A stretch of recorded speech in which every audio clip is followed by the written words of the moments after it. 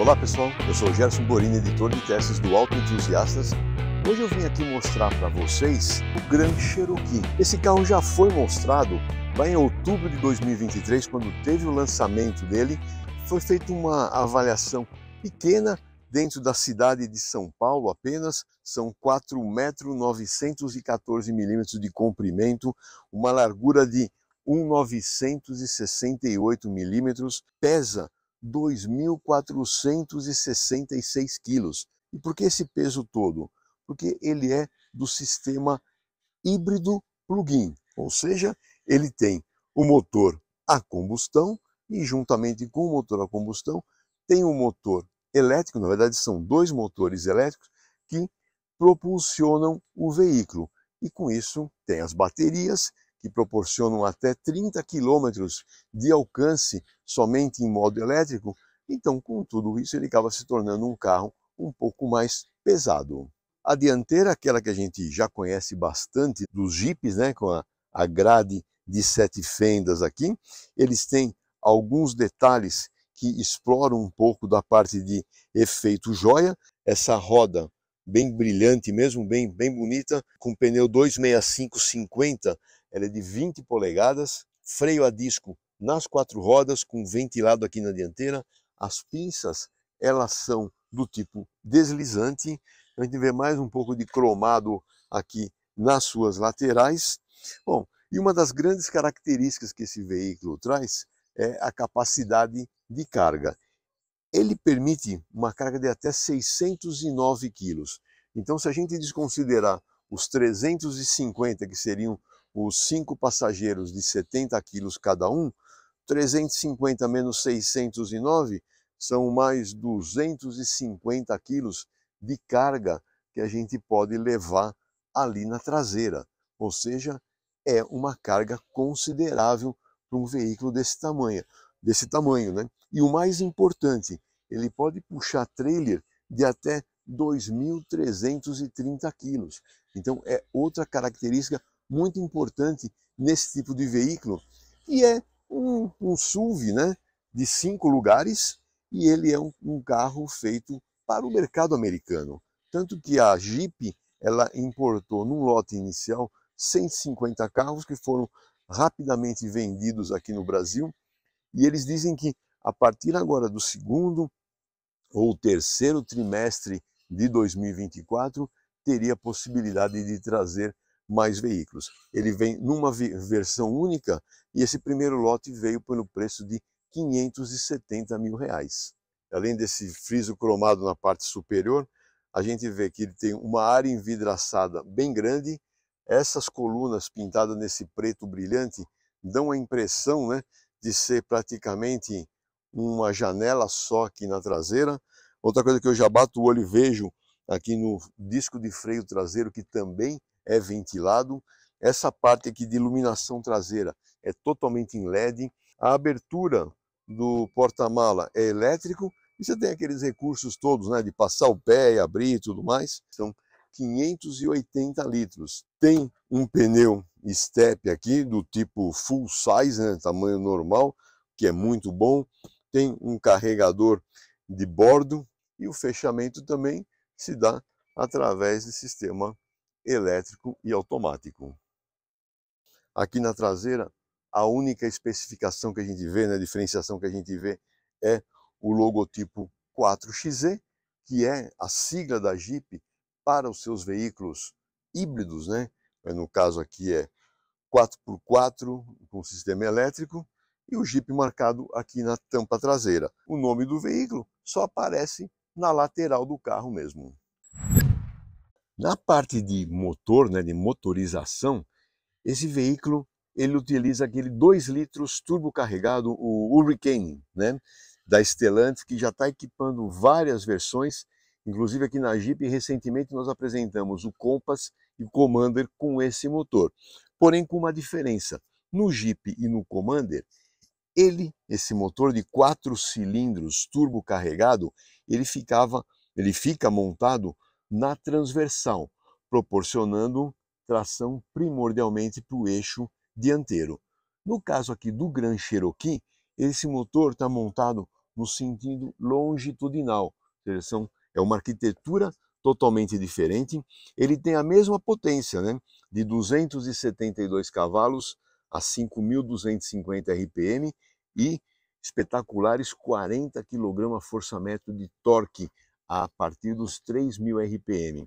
Com isso, ele tem um desempenho muito agradável e dá quase para falar que é quase que um carro esportivo, porque ele faz 0 a 100 em 6,3 segundos e velocidade máxima de 206 km por hora. Mas ele tem, além do motor a combustão, que é somente a gasolina, acoplado ele tem um câmbio automático que está ajustado, um câmbio automático, na verdade, de engrenagens epicíclicas e tudo mais, de 8 marchas. E junto a esse câmbio tem 2 motores elétricos. O primeiro motor, ele entrega 44,9 cavalos e o segundo motor 136 cavalos. Aí o sistema faz todo o gerenciamento para dividir essa potência entre o eixo dianteiro e o eixo traseiro à medida que é solicitado tração nas 4 rodas. Ou ele desacopla o eixo traseiro para propiciar um melhor consumo de combustível. Então, esse sistema é todo praticamente gerenciado automaticamente pela central de controle.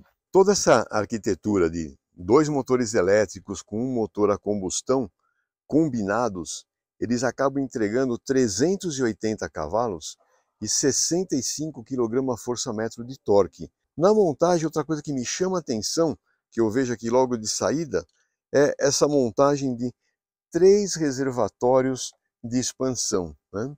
Provavelmente o maior para o sistema de gerenciamento do motor e os outros 2 para os sistemas elétricos e bateria. Então é bem interessante mesmo. O turbo está montado desse lado aqui do motor. Essa mangueira aqui de saída de pressão do turbo vem para um interresfriador na frente do carro. O capô, ele tem abertura por 2 molas a gás, uma posicionada de cada um dos lados. E o câmbio, como eu já disse, ele está lá para trás. A parte do carregamento de carga elétrica da bateria é feita através desta porta do tipo 2, posicionada aqui no paralama dianteiro lado esquerdo, e o tempo de carga é aproximadamente 2h30 para uma carga completa, né? E aqui na parte traseira a gente tem o bocal do tanque de combustível tradicional. Bom, pessoal, agora que a gente já conheceu por fora um pouco mais também da parte da arquitetura do motor, nós vamos até o posto e vamos conhecer o carro aqui por baixo, né? Nós vamos ver direito como que é essa arquitetura: motor, câmbio, caixa de transferência e diferencial traseiro. Depois a gente volta aqui para avaliar o carro na estrada mesmo. No outro vídeo que eu fiz desse veículo, já mostrei vários dos sistemas que ele tem, quais são as vantagens e desvantagens e como que funcionam e toda essa parte de operação. Então hoje eu não vou ficar perdendo muito tempo mostrando tudo isso novamente. Vou deixar o link aí para vocês. Quem se interessar em ver mais detalhes, tem o vídeo de apresentação geral. E esse daqui eu vou focar um pouco mais nessa parte técnica, tanto na avaliação que nós vamos fazer no posto agora, como na parte dinâmica aqui na pista.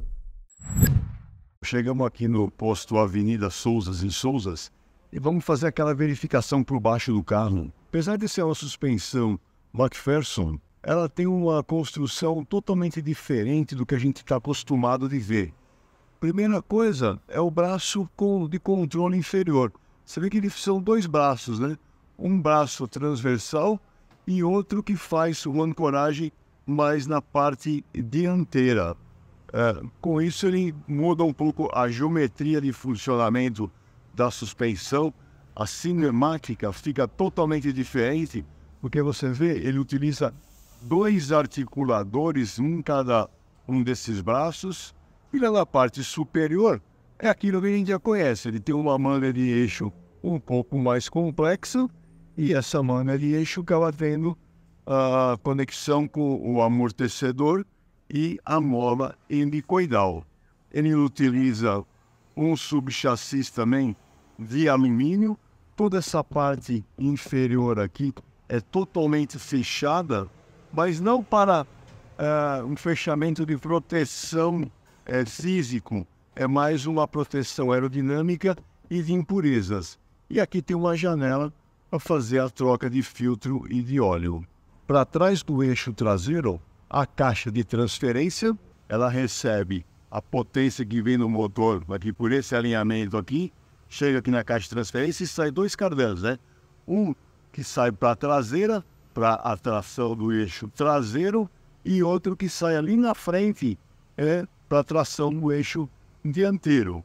Ao centro do veículo estão as baterias, ou melhor, a bateria, né? Na verdade, são dois conjuntos, um do lado esquerdo e outro do lado direito, que formam o conjunto de baterias de tração do veículo. E logo aqui atrás está o tanque de combustível, que ele é dividido, são dois tanques, e também que interessante. Um do lado esquerdo, na verdade não são dois, ele é interligado ali em cima, mas é como se fossem dois tanques de 72 litros de capacidade.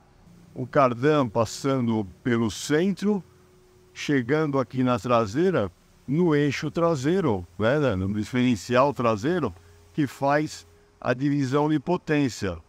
Roda do lado direito e roda do lado esquerdo. E a suspensão traseira é do tipo multibraço, mola helicoidal, amortecedor pressurizado.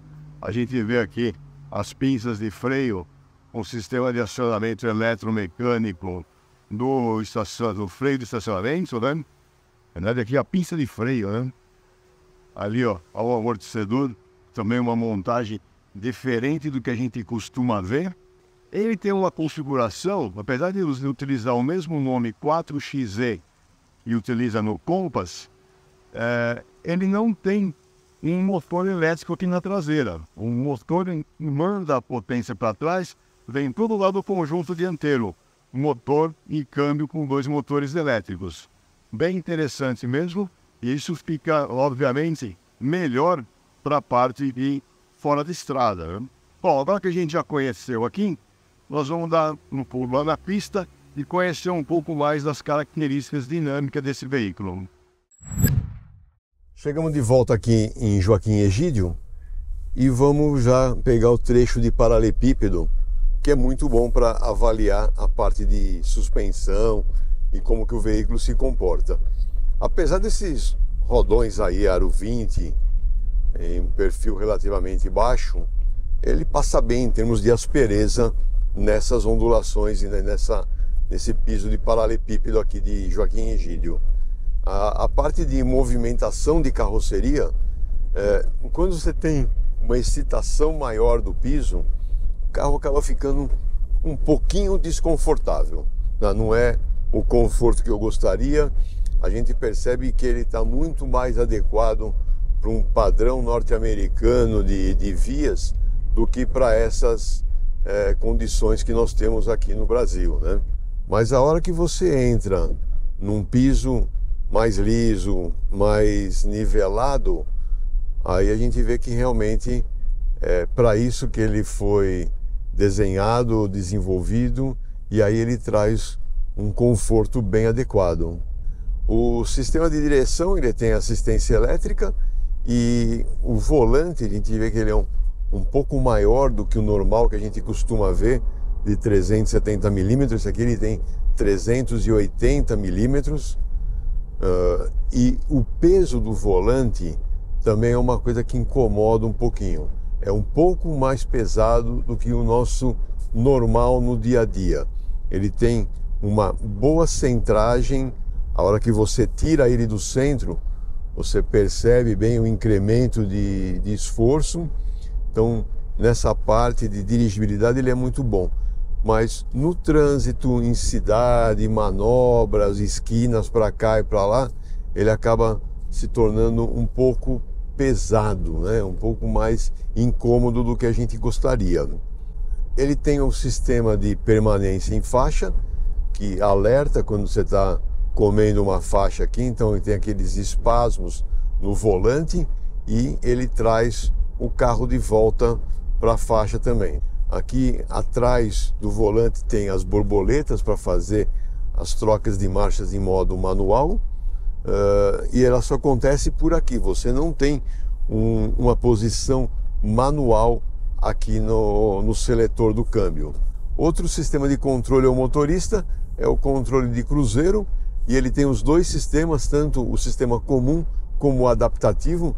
Eu acho excelente essas opções que a Jeep nos dá, mas ele tem também aquele sistema de alerta de colisão frontal, ele tem os sistemas de ande e para no trânsito de cidade, caso você opte pelo modo adaptativo, você tem como ajustar a distância do veículo à frente e tudo aquilo que a gente já conhece desse sistema adaptativo. O quadro de instrumentos, ele é bem legal porque ele tem uma série de configurações que você coloca nesse display, e na hora que a gente entra no modo de condução, aí que a história é longa. Prepare, como diz meu amigo Luiz Fernando Carquejo, prepare que lá vem textão. Na parte de controles de condução, a gente tem o modo alto, que é o que eu estou conduzindo agora, e aí tem as opções de modo esporte, neve, terra ou areia, né? E lama e pedras. Tá? Então eu deixo no modo alto, que ele vai automaticamente mostrando, né? Ou decidindo quanto que ele põe de tração na dianteira, na traseira e tudo mais. Então fica bem agradável de dirigir, e esse é o modo que as pessoas vão dirigir normalmente. Mas se você vai enfrentar um terreno mais difícil, você pode vir aqui e selecionar esse outro modo, como você pode selecionar também o 4x4 Low. Na hora que você engata isso daqui, você obriga que as 4 rodas vão estar conectadas, e você obriga também de entrar as marchas mais curtas, para acabar dando mais força para as rodas. Você tem mais potência nas rodas para mover o veículo. E aqui do lado esquerdo nós temos 3 botões. Tá? Tem o modo híbrido, que é o modo que eu estou conduzindo agora. Você tem a opção no modo 100% elétrico, ou a terceira opção, que é o modo de salvar energia elétrica. Então vamos começar por esse. Por que salvar energia elétrica? Se eu estou indo para uma cidade grande, vou indo para São Paulo, vou pegar trânsito, é muito mais conveniente eu guardar a minha energia elétrica para utilizar ela na cidade, porque no ande e para de cidade você acaba gastando mais combustível. Chega na cidade, você coloca no modo híbrido e automaticamente o sistema vai preferenciar a da potência elétrica para tirar o carro de movimento ou para fazer acelerações. Eu saí de casa hoje com a bateria carregada, indicando aqui no painel 35 de autonomia, que a gente sabe que são 30 km esse alcance na verdade, e vim até Joaquim Egídio e cheguei aqui com os meus 30 km para poder fazer toda essa avaliação usando os 2 modos, né? Senão eu poderia chegar aqui praticamente sem carga na bateria, e aí não teria o modo elétrico para exemplificar. Mas mesmo quando eu coloco nesse modo e-save, né, que ele está guardando energia elétrica, mesmo assim em algumas situações, em algumas acelerações, retomadas, tudo mais, ele dá um impulso elétrico para ajudar o motor a combustão, e com isso melhora a parte de consumo de combustível. Bom, o segundo modo, que seria o modo puramente elétrico, ok, cheguei na cidade, eu tenho aqui 25 km de alcance com bateria, eu vou querer andar só no elétrico agora, para economizar o máximo de combustível possível. E a hora que eu quero no dia a dia, no modo normal, eu deixo no modo híbrido, e aí o próprio sistema vai escolhendo quando que ele te dá tração elétrica, quando ele te dá tração por motor a combustão, quando as duas são juntas, quando que uma é mais do que a outra, porque tem essas variações também. Então isso facilita bastante e acaba trazendo maior economia de combustível.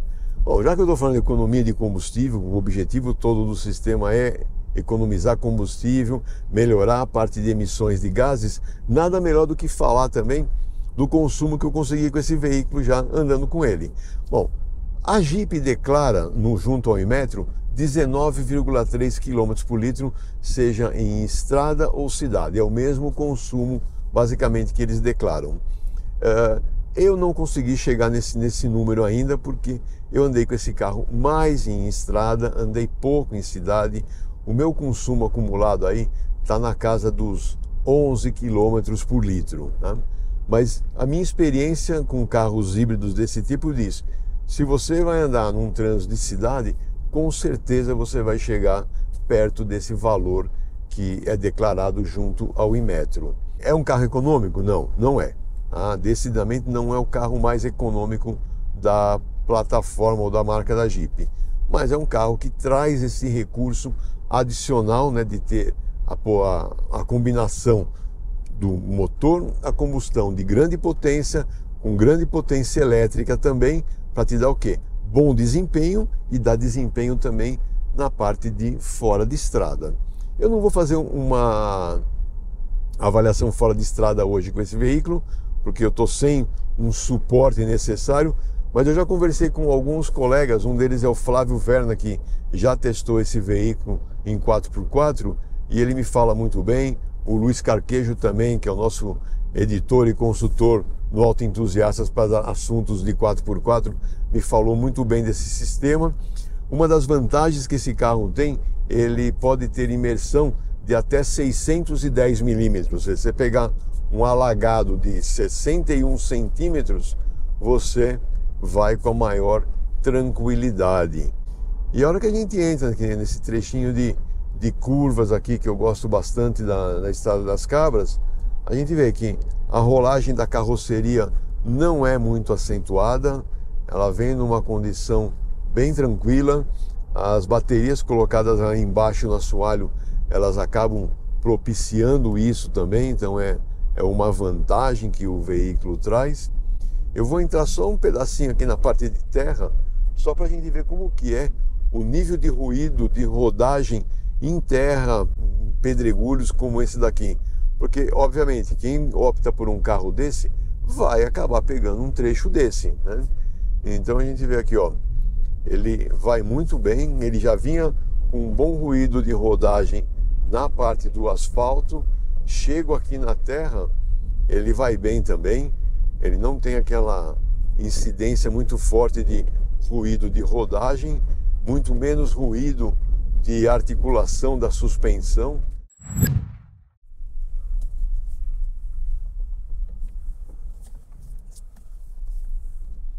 Para a parte de manobras, a gente vê que a câmera traseira ela tem ótima definição.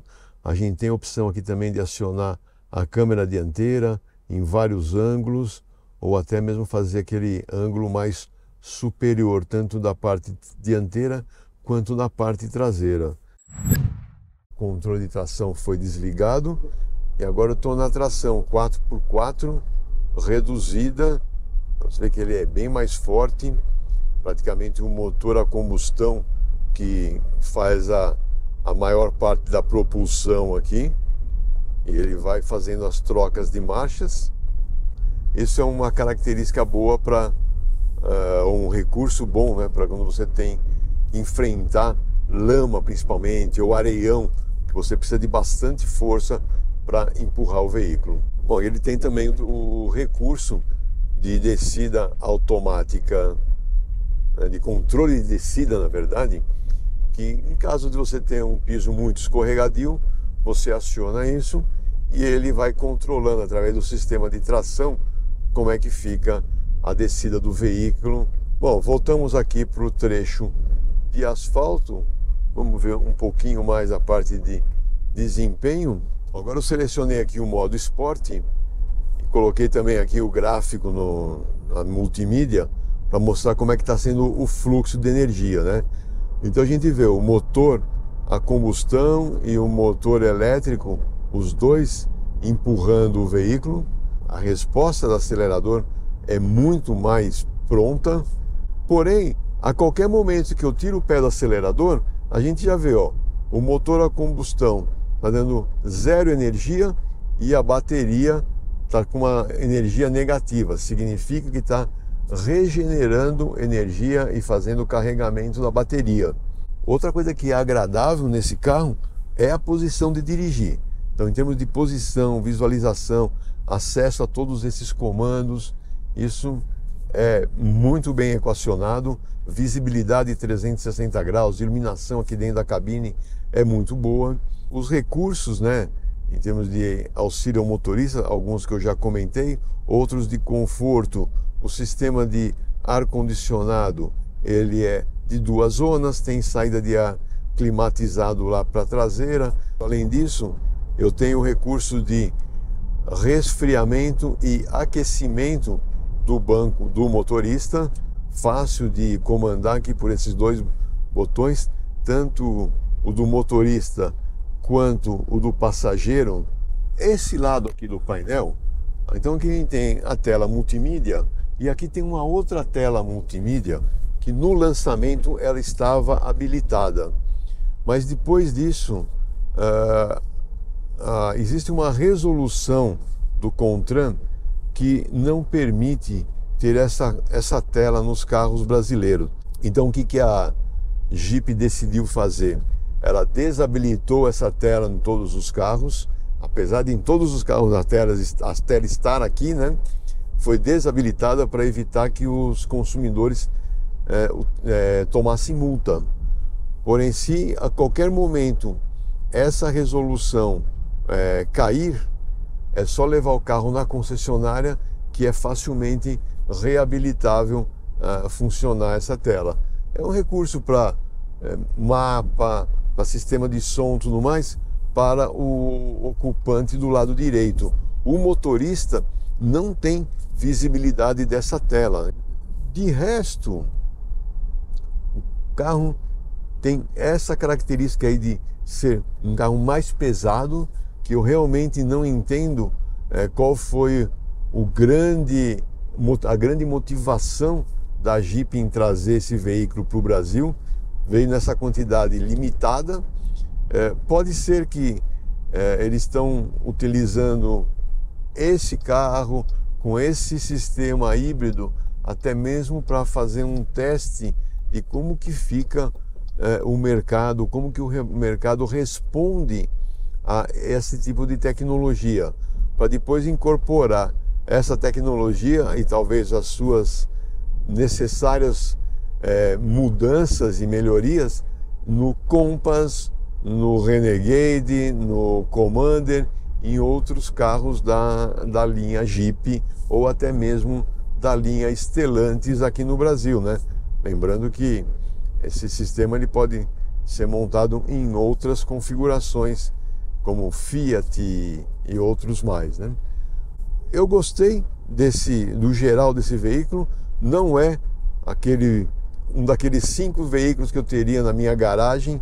Eu acho que ele acaba sendo um carro muito pesado e muito incômodo no uso do dia a dia, mas com certeza para um uso específico de quem precisa pegar longa estrada, quer ter um pouquinho mais de potência, não quer ter um consumo de combustível tão alto, quer utilizar um veículo com boa capacidade fora de estrada, com um conforto que ele tem, conforto, luxo, sofisticação aqui no interior, realmente o Jeep Grand Cherokee é uma opção que existe no mercado.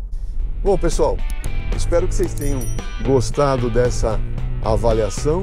Obrigado aí pela sua audiência. Siga-nos aí nas nossas redes sociais e até a próxima.